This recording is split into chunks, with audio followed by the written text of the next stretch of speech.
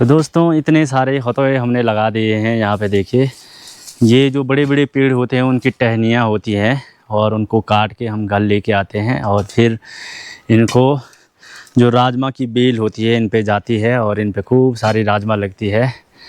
और गाइस इतना सारा काम हो गया है। और यहाँ पे क्रिस को भी देखिए, क्रिस यहाँ पे गड्ढे खोद रहा है। कुछ इस प्रकार से गड्ढे खोदे जा रहे हैं ऐसे।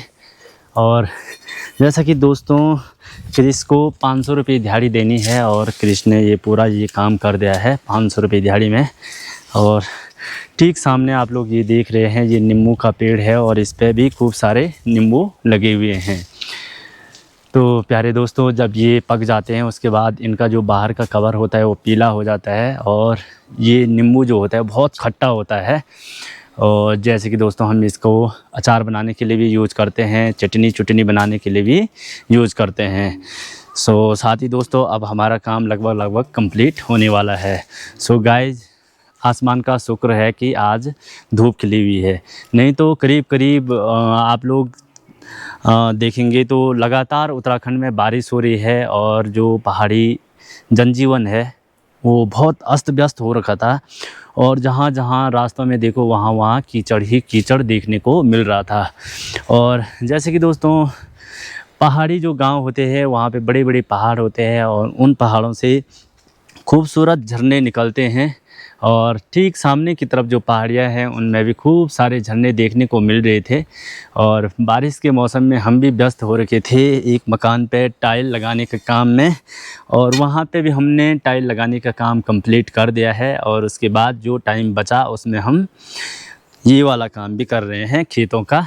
और जैसे कि दोस्तों आपको पता है कि पहाड़ों का जो जीवन होता है, पहाड़ों का लोगों का जो आश्रय होता है, मतलब वो इन्हीं चीज़ों पे निर्भर होता है, खेती बाड़ी पे। और साथ ही जो जानवर होते हैं, भैंस हो गया, गाय हो गया, इनको पालने में ही लोगों का जीवन गुजरता है।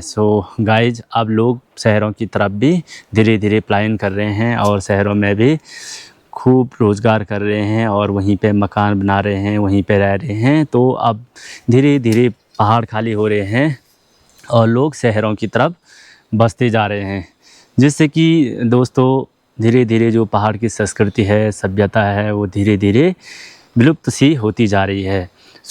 आने वाले हमारी जो उम्र है करीब 70 साल 80 साल हो गई है। और कभी हमारे गांव में रामलीला, पांडव लीला भी हुआ करती थी, लेकिन आज के समय में वो चीज़ें नहीं देखने को मिल रही हैं। गाइज, इसका मुख्य कारण है कि लोगों का शहरों की तरफ बसना। ठीक सामने की तरफ दादी जी हैं, वो भी सुन रही हैं। तो वो कह रहे हैं कि करीब 15-16 साल हो गए हैं और यहाँ पे पांडव लीला का आयोजन नहीं हुआ है। गाइस, सभी लोग मिस कर रहे हैं कि गांव में पांडव लीला हो।